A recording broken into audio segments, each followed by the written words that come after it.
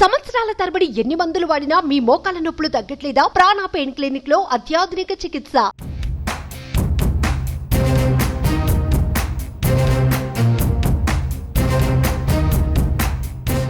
ఏపీలో ఈ నెల 13న సార్వత్రిక ఎన్నికలకు పోలింగ్ ముగిసింది. వచ్చే నెల 4న ఎన్నికల ఫలితం తేలబోతుంది. అయితే ఎవరికి వారే తమ పార్టీని అధికారంలోకి వస్తుందని ధీమాగా కనిపిస్తున్నారు. దీంతో వచ్చే ఫలితంపై కంటే అందరూ ఫలితం అనంతరం జరిగే పరిణామాలపైనే ఎక్కువగా చర్చిస్తున్నారు. వైసీపీ మరోసారి అధికారాన్ని నిలబెట్టుకుంటే కేబినెట్లో కూర్చునేదెవరు? కూటమి వస్తే అధికారంలో షేరింగ్ ఎలా ఉంటుంది? మంత్రులయ్యే ఛాన్స్ ఎవరికి ఉంది అన్న చర్చ హాట్గా సాగుతోంది.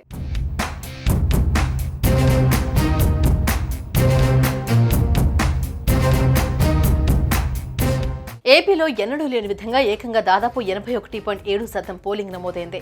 ఇంతలా భారీగా పోలింగ్ నమోదైందంటే అది అధికార వైఎస్ఆర్ కాంగ్రెస్ పార్టీపై వ్యతిరేకతయే కారణమని కూటమి పార్టీలు చెప్తున్నాయి. అంతేకాదు ఇంత భారీగా పోలింగ్ నమోదవ్వడం అంటే కూటమిని ప్రజలు పెద్ద ఎత్తున స్వాగతిస్తున్నారు అనడానికి నిదర్శనమని కూటమి పార్టీలు చెప్పుకుంటున్నాయి. వైసీపీ అధికారంలోకి వస్తే జగన్ సీఎం అవడం లాంఛనమే. అలాగే మంత్రివర్గంలో కూడా పెద్ద మార్పులు ఉండకపోవచ్చు. చిన్న మార్పులు మినహా గత ప్రభుత్వంలో తొలి మళ్లీ విడత కేబినెట్ విస్తరణలో చోటు సంపాదించిన వారికే మరోసారి అవకాశం దక్కవచ్చు.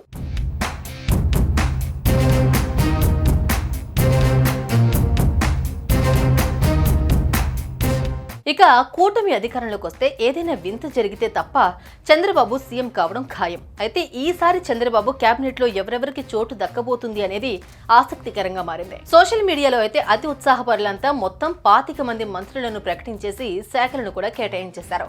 చాలా మంది చిత్రంగా హోంశాఖ మీదనే ఫోకస్ పెట్టారు. స్టేట్ లో సీఎం తర్వాత అంతటి పవర్ఫుల్ శాఖ ఇదే కావడంతో ఆ పదవి ఎవరికి దక్కుతుందనే ఆసక్తి కనిపిస్తోంది. అయితే చంద్రబాబు కేబినెట్ లో చోటు దక్కించుకునే కొంతమంది జాబితా వైరల్ గా మారుతుంది.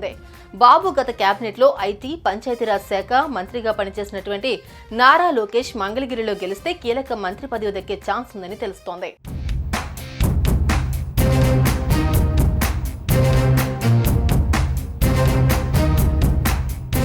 కీలకమైన హోంశాఖను జనసేన అధినేత పవన్ కళ్యాణ్కి ఇవ్వాలని అంతా కోరుతున్నారు. కాపు నేత మాజీ మంత్రి చేగుండి హరిరామ జోగయ్య అయితే పవన్ కి డిప్యూటీ సీఎంతో పాటు ఈ కీలక శాఖ ఇవ్వాలని డిమాండ్ చేస్తున్నారు. అలాంటి పవర్ఫుల్ శాఖలో పవన్ కళ్యాణ్ ఉంటే జనసేన చేసిన త్యాగానికి న్యాయం చేసినట్టు అవుతుందని అంటున్నారు. అయితే ఇప్పటి వరకు పవన్ కళ్యాణ్ ఎలాంటి పదవిని ఆశించకుండానే కూటమి కోసం కష్టపడ్డారు. మరి కూటమి గెలిస్తే చంద్రబాబు కోరితే సేనాని ఆ పదవి తీసుకుంటారో లేదో చూడాలి. ఇకపోతే గెలుపు ఆధారంగా కేబినెట్ రేసులో జనసేన నుండి నాదెండ్ల మనోహర్, కందుల దుర్గేష్, కొనతాల రామకృష్ణకు అవకాశం ఉంది.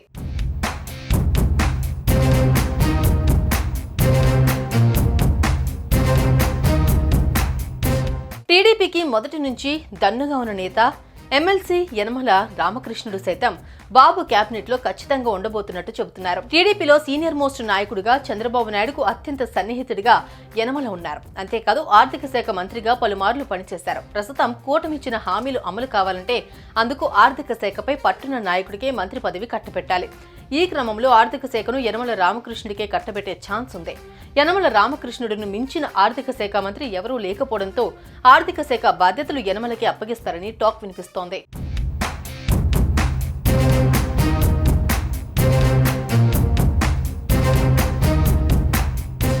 ఇక క్షత్రియ కోటాలో జనసేన పార్టీ అధినేత పవన్ కళ్యాణ్ కోసం పిఠాపురం టికెట్ త్యాగం చేసిన ఎస్వీఎస్ఎన్ వర్మకు కూడా కేబినెట్ ఛాన్స్ దక్కవచ్చు. ఎన్నికలకు ముందే వర్మను ఎమ్మెల్సీని చేస్తానని, అంతేకాదు ఊహించని స్థానం కల్పిస్తారని చంద్రబాబు హామీ ఇచ్చారు.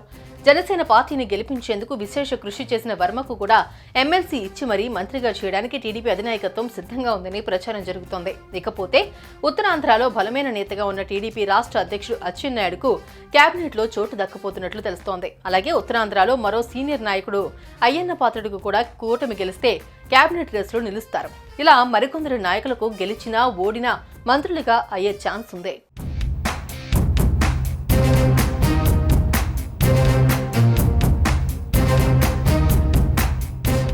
సుమన్ టీవీలో మీ పర్సనల్ అండ్ బిజినెస్ ప్రమోషన్స్ కోసం కింది నెంబర్కి కాంటాక్ట్ చేయండి.